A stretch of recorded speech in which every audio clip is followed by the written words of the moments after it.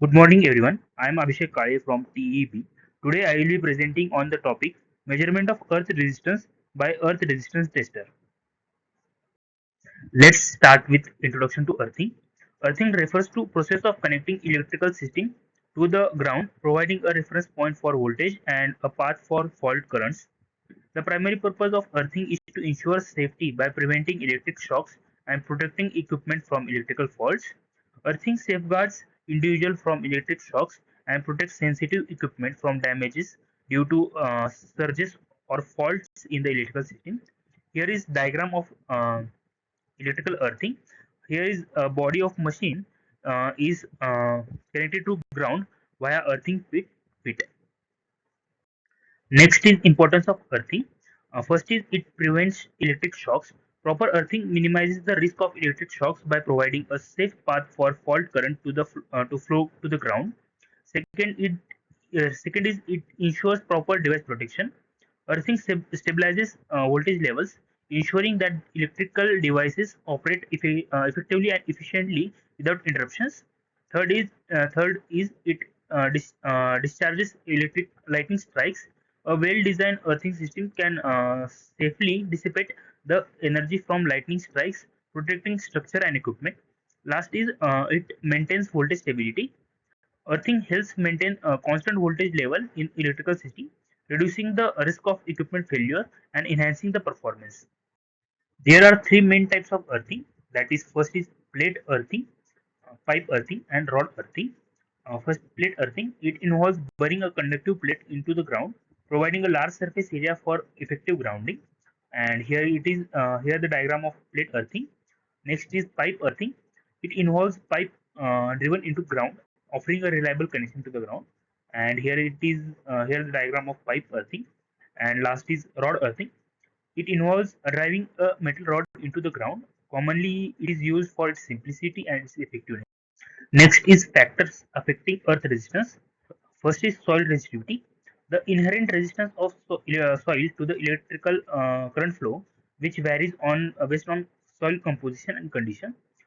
We know that different soils offer different electric resistance to the flow of electric current. Hence, soil resistivity is different for different soils. Second is moisture content. Higher moisture levels in soil generally reduces resistivity, enhancing the effectiveness of earthing system. Third is temperature variation. Temperature changes can affect soil resistivity, with colder temperature typically increasing the resistance. The fourth is electrode depth and spacing. The depth and spacing of electrodes can significantly impact the overall resistance of earthing system. And last is quality of connections. Poor connections can introduce additional resistance, compromising the effectiveness of earthing system. Next is importance of measuring earth resistance. First is it ensures safety of electrical systems. Regular measurement of earth resistance helps identify potential hazards and ensures the safety of electrical installations. Next is it confirms effectiveness of earthing. Measuring earth resistance verifies that the earthing system is functioning correctly and providing adequate protection. Third is it detects corrosion or faults. Regular measurements can reveal issues such as corrosion or faults in the earthing system that needs to be addressed. Fourth is it ensures compliance with standards. Measuring earth resistance is essential for meeting regulatory standards and ensuring safe electrical practices. Last is it avoids overvoltage situation. Proper measurement helps prevent overvoltage conditions that can damage equipment and pose safety risks. There are four main methods of earth resistance measurement, that is 2-point method, 3-point method, and 4-point method, and clamp on method. First is 2-point method. It is a straightforward method that provides a quick estimate of earth resistance, but it may lack accuracy. Next is a 3-point method. It is very accurate. It offers a more precise measurement of earth resistance by accounting for voltage drop and current flow. Next is it 4-point method, which is typically used for measuring soil resistivity. It is used to determine soil resistivity, providing valuable data for designing earthing systems. And last is clamp-on method. It allows quick measurement without disconnecting the earthing system. making it convenient for field uses. The three-point method is also known as fall of potential method or three-terminal method. It is based on Ohm's law, that is R equal to V by I. The relationship between resistance, voltage, and current is fundamental to understanding the three-point method. The current is injected into the ground through the current electrode C, creating a flow path to the earth. Uh, the voltage is measured between the earth electrode E and potential electrode P to determine the earth resistance. And the ratio of voltage and voltage to current provides the calculated earth resistance value, ensuring accurate results.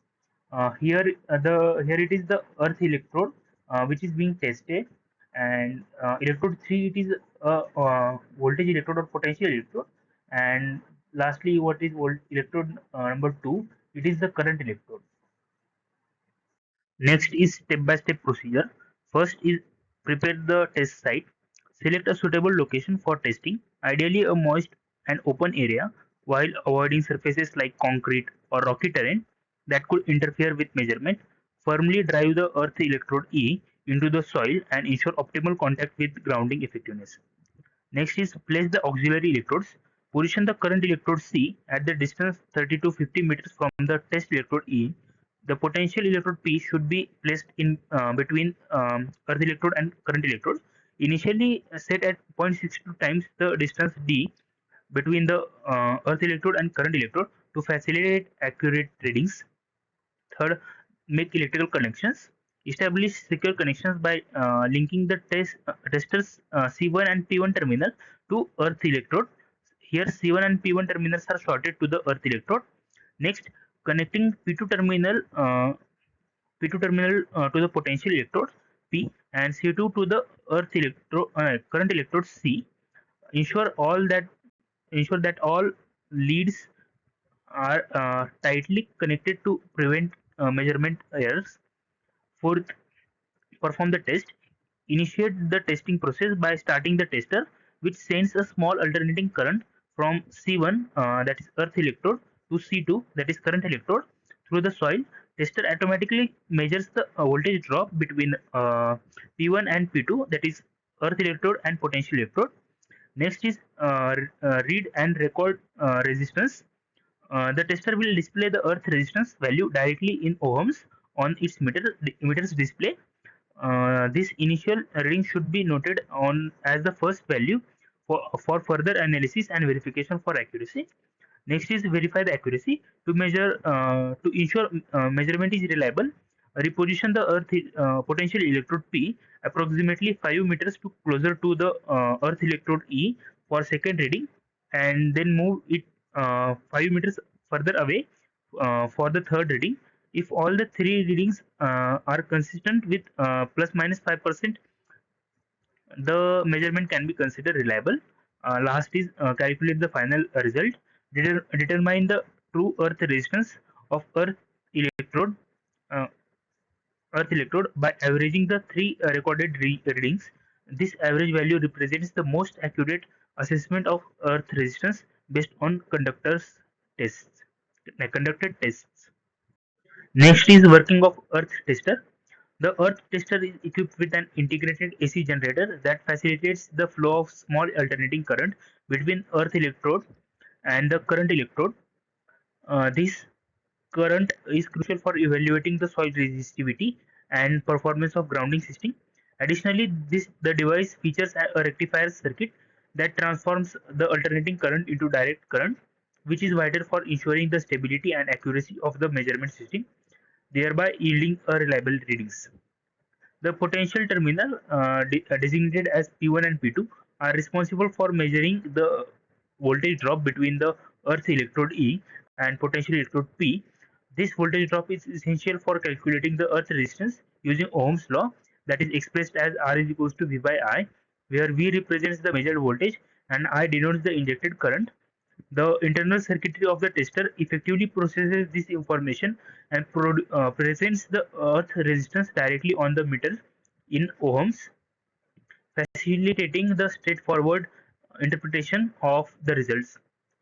To enhance the accuracy of measurement, The earth tester incorporates a current reverser that periodically alters the direction of injected current.